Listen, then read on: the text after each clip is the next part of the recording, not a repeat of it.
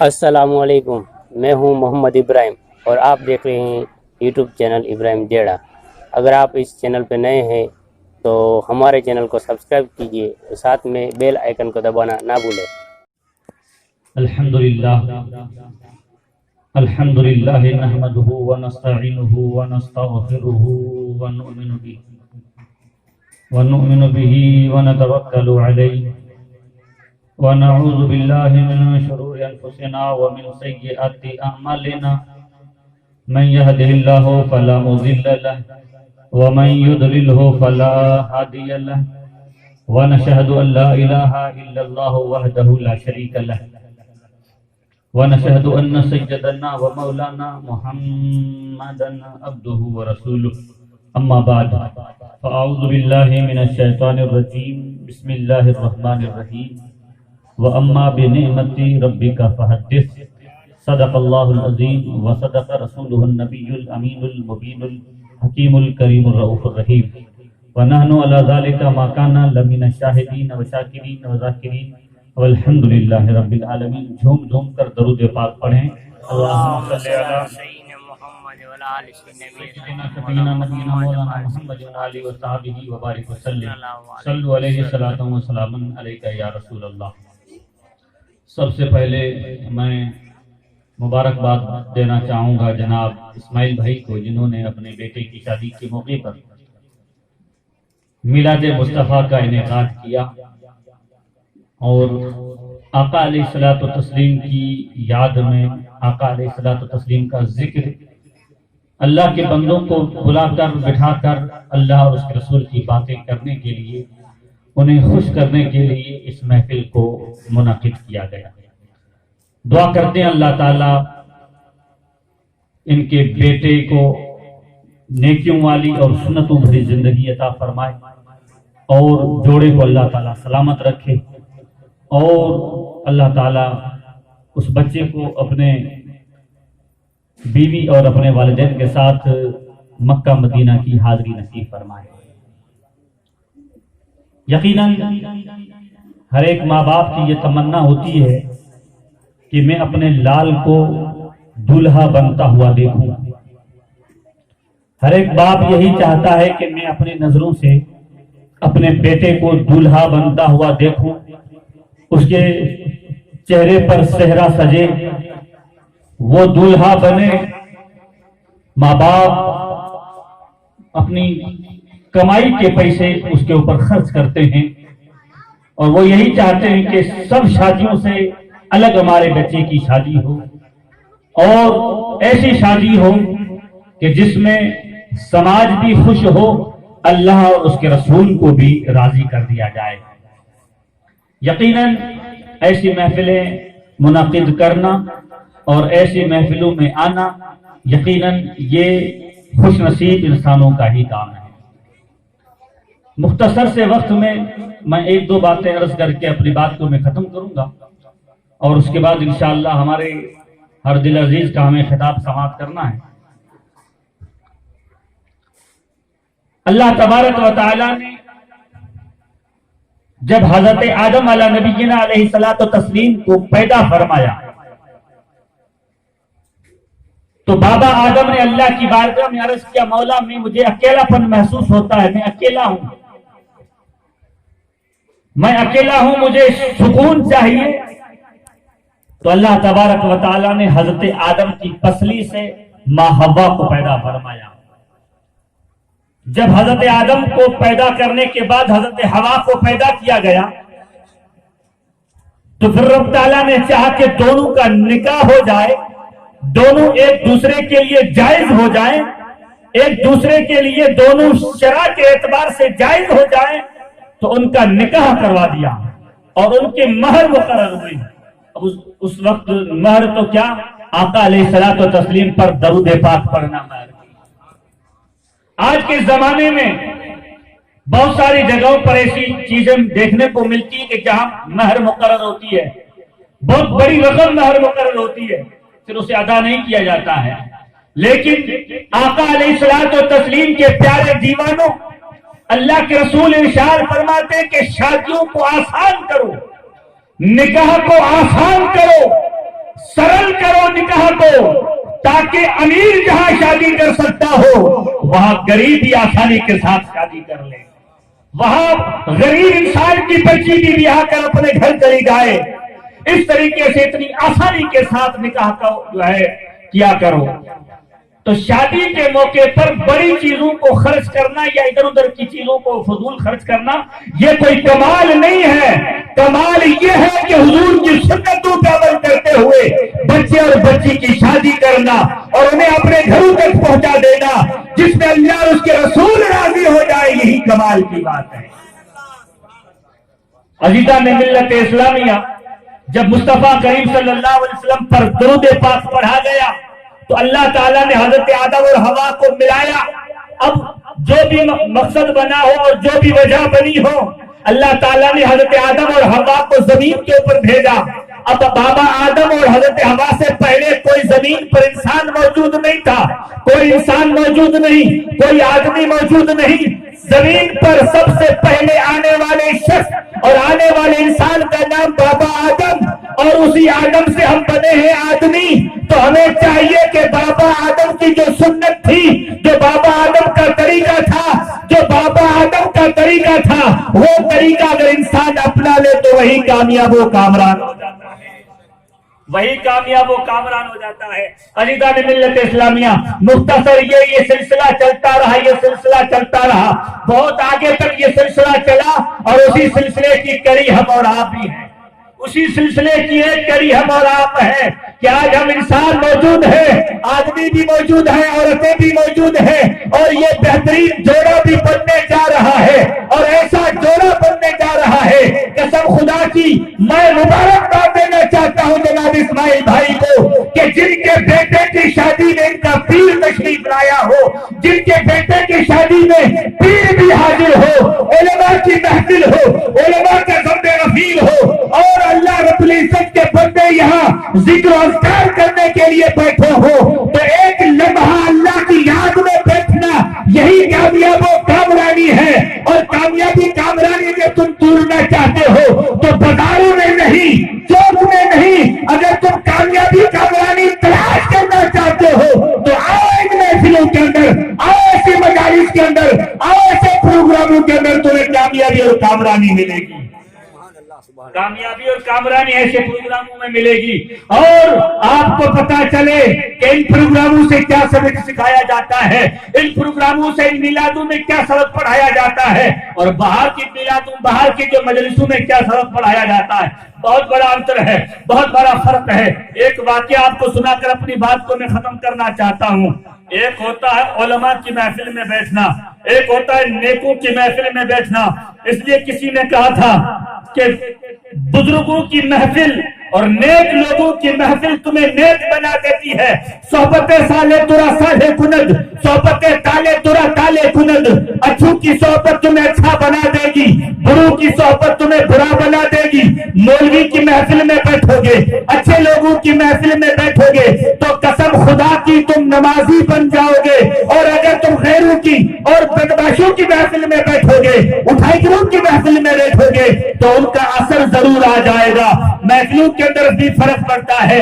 कहते हैं कि एक शख्स का शादी का मौका हुआ, बेहतरीन शादी करने के लिए एक अजमोल जो है महफिल सजाई गई। अब शादी में भी फर्क होता है ना, इसके अंदर तरबियत का बड़ा असर है, तरबियत का बड़ा असर है। अगर माँ बाप जिस तरीके से तरबियत करें बच्चे उसी के अंदर ढल जाते हैं। हमारा और आपका देखा हुआ है, आज के हमारे बच्चों को अगर कुरान मजीद हाथ में पकड़ाओ तो बच्चे नहीं हाथ में लेते हैं, और उन्हीं 2 साल के बच्चों को, 3 साल के बच्चों को मोबाइल हाथ में दे दो तो तुम्हारा हमारा बच्चा खुश हो जाता है। बाप को पता नहीं है, दादा को पता नहीं है कि मोबाइल किस तरीके से चलाया जाता है, मगर 2 साल का बच्चा जानता है कि मोबाइल के अंदर गेम कौन सा कहां से आता है, मोबाइल का ऑन कैसे किया जाता है, मोबाइल का लॉक कैसे खुलता है। यानी कि तरबियत का असर है। अगर बच्चे की तरबियत, अगर यही बाप अपने बेटे की उंगली पकड़कर मस्जिद में ले जाए तो ये बच्चा कल बड़ा होकर इमाम हुसैन का गुलाम बन जाएगा, यही बच्चा नमाजी बन जाएगा। और अगर यही बच्चा अगर दुनिया के खेलों के अंदर पड़ा रहेगा, अगर तमाशे में पड़ा रहेगा, खेल कूद में पड़ा रहेगा, तो फिर اس کا اثر کیا ہو سکتا ہے آپ جانتے ہیں. کہتے ہیں کہ ایک بوڑھیا عورت تھی, بڑی بوڑھی عورت تھی, اس کا ایک بیٹا تھا. یہ بات کر کے میں ختم کرنا چاہتا ہوں اپنی بات کو. بوڑھیا نے, اس کا ایک بیٹا تھا, چاہا کہ اس کی شادی کر دی جائے. تربیت کا بڑا اثر ہے. ہو سکتا ہے کہ بڑھیا نے تربیت اچھی نہ کی ہو, مگر ہمیں اپنے بچوں کی تربیت بہترین کرنی ہے. بڑوں کا ادب کیسے کرنا ہے یہ بڑوں تربیت میں آتا ہے. چھوٹوں پر شفقت کیسے کی جاتی ہے یہ تربیت میں آتا ہے. بہترین طریقے سے لوگوں کے ساتھ کس طریقے سے بات کی جائے یہ تربیت میں آتا ہے. اگر تربیت اچھی ہے تو اولاد بتائے گی کہ باپ کیسا ہے, اولاد بتائے گی کہ نسل کیسی ہے, اولاد بتائے گی کہ یہ خاندان کیسا ہے. اولاد سے پتا چلتا ہے کہ یہ خاندان اور یہ پورا رشتہ کیسا ہے.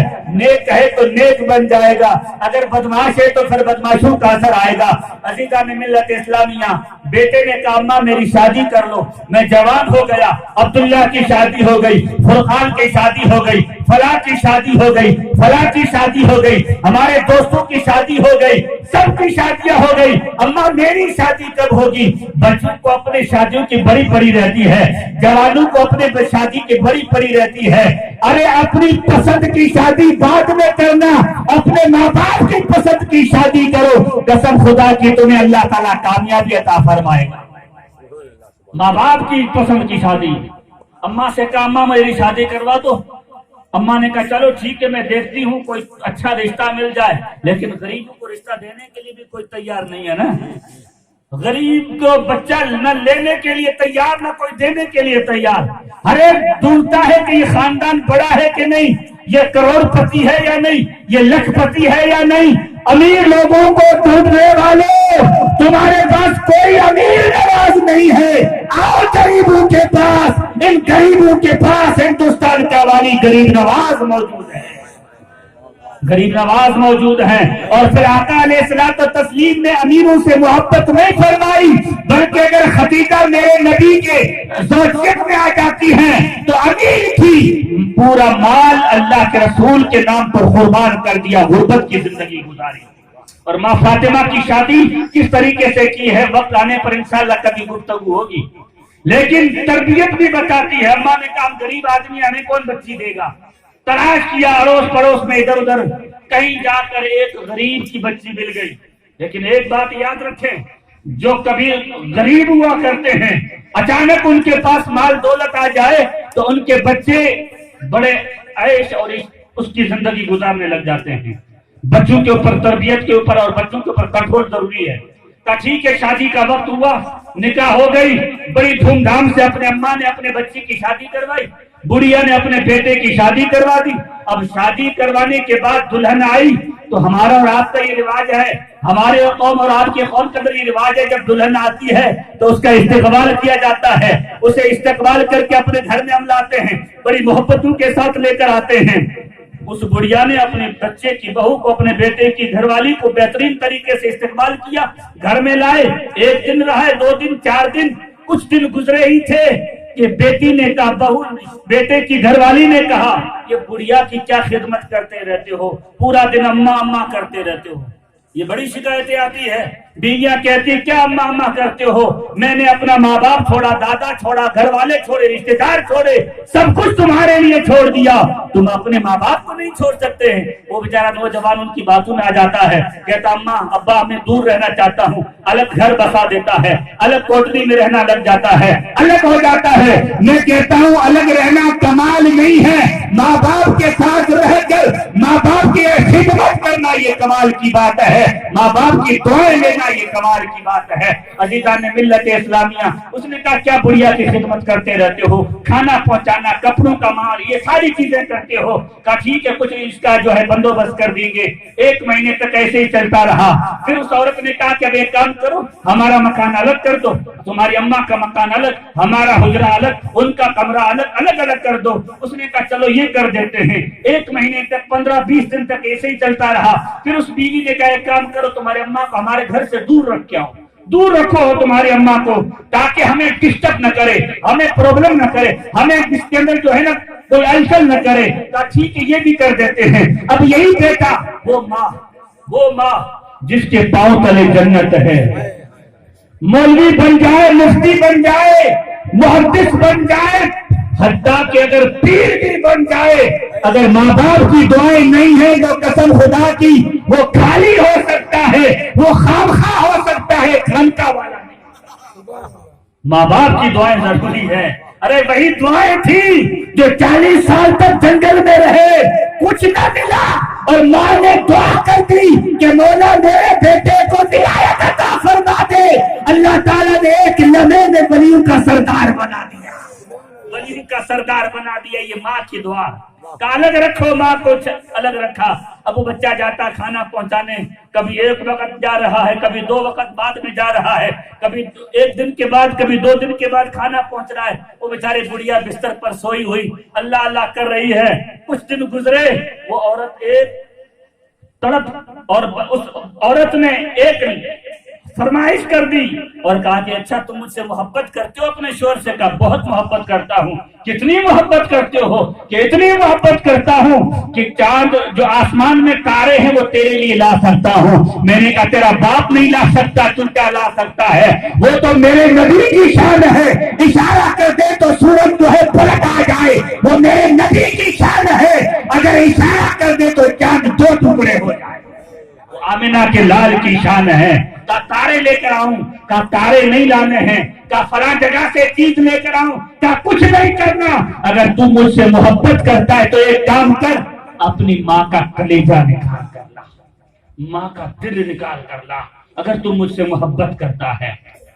नौजवान था, चढ़ती हुई जवानी, उबलता हुआ खून, गर्म खून का, ये कोई बड़ी बात नहीं है, ये मामूली बात है। माँ का कलेजा निकाल कर लेकर आऊंगा। अपने हरेक से मोहब्बत करने वालों, जरा माँ की मोहब्बत को तो देखो। तुम 5 किलो वजन 1 घंटे तक नहीं उठा सकते, मगर ये वो माँ है जिस माँ ने 9 महीने तक तुझे पेट में उठाया है, 9 महीने तक तेरे लिए जो है सब कुछ परहेज किया है। खाने को तो जी उसका भी चाहता है, हर चीज खाने की तो उसका भी मन करता है, मगर तेरी सेहत का ख्याल किया, तेरा जो है ख्याल करके कुछ नहीं खाया। कहा कि तेरे माँ का कलेजा निकाल कर ला। उसने रात का अंधेरा है, छुरी ली, प्लेट ली, चलता हुआ बना, माँ के दरवाजे पर पहुंचा, देखा कि माँ सोई हुई है, माँ का मुंह खुला हुआ है, बड़ी जो है वो बेहोशी की आलम में माँ है, सोई हुई है। चुपके से गया, माँ का गला घोंटा, माँ का जो है कलेजा निकाला, दिल निकाला, प्लेट में रखा और चलता हुआ नजर आया। प्लेट में है, अब राजी हो रहा है कि मैं अपने बीवी को खुश कर लूंगा, जो अपनी बीवी को, अपने जोरू को मैं खुश कर लूंगा। चलता हुआ दौड़ता हुआ आ रहा है, अचानक ठोकर लगती है। ठोकर लगते ही वो बच्चा गिर जाता है, थाली नीचे गिर जाती है, प्लेट नीचे गिर जाती है, दिल नीचे गिर जाता है, और माँ का जो जिस्म चीर कर जो दिल निकाला था, उस दिल में से आवाज आती है, मेरे बेटे कहीं तुझे तो तकलीफ नहीं हुई, कहीं तुझे तो ठोकर नहीं लगी। उस बंदे की आंख खुल गई कि मैंने ये क्या कर दिया, मैंने अपनी माँ को मार दिया बीवी के लिए। अल्लाह अकबर। कहा चलो गलती तो मैंने कर दी, अब चलो अपनी बीवी के पास जाऊं। बीवी के पास गया, बीवी के सामने प्लेट रखा, दिल रखा, कही देख मैं तेरी मोहब्बत में तेरे लिए अपनी माँ का कलेजा निकाल कर लाया हूँ, अपनी माँ का दिल निकाल कर लाया हूँ। कहा तेरी मोहब्बत में मैं सब कुछ कर बैठा हूँ। उस औरत ने कहा अरे तू जब तेरी माँ का नहीं हुआ तो मेरा कैसे हो सकता है? कहा तेरा रास्ता अलग है, मेरा रास्ता अलग है। न खुदा मिला, न रिसाले सनम, न इधर के रहे न उधर के रहे, न माँ मिली, माँ को मार दिया, बीवी भी चलती बनी। मैं आपको एक पैगाम देकर जाना चाहता हूँ, माँ के हुकूक अपनी जगह पर है, बीवी के हुकूक अपनी जगह पर है, माँ बाप के हुकूक अपनी जगह पर है, रिश्तेदारों के हुकूक अपनी जगह पर है। यकीन मानो तुम माँ बाप तुम खरीद कर नहीं ला सकते हो। अगर तुम चाहो कि बीवी दूसरी आ जाए तो आ जाएगी, मगर माँ बाप दूसरे नहीं आ सकेंगे। माँ बाप तुम्हारे पास अल्लाह की नेमत है। अल्लाह ने फरमाया वो अम्मा बे नेमत रब्बिका फहदिस, अल्लाह की नेमतों का खूब खूब चर्चा करो। सबसे अजीम नेमत नबी की जात है और उसके बाद माँ बाप की जात अल्लाह हमारे लिए नेमत है। ماں باپ کی قدر کرو، اپنے اولاد کی قدر کرو، رشتہ داروں کی قدر کرو، اور ایسے سنہرے موقع جب تمہارے پاس آئیں تو ان کی قدر کر کے اللہ اور اس کے رسول کی باتوں کو مانو۔ اللہ تعالیٰ مجھے اور آپ کو نیک اعمال کرنے کی اور نیکیاں کرنے کی توفیق کی رفیق عطا فرمائے۔ وآخر دعوانا ان الحمدللہ رب العالمین۔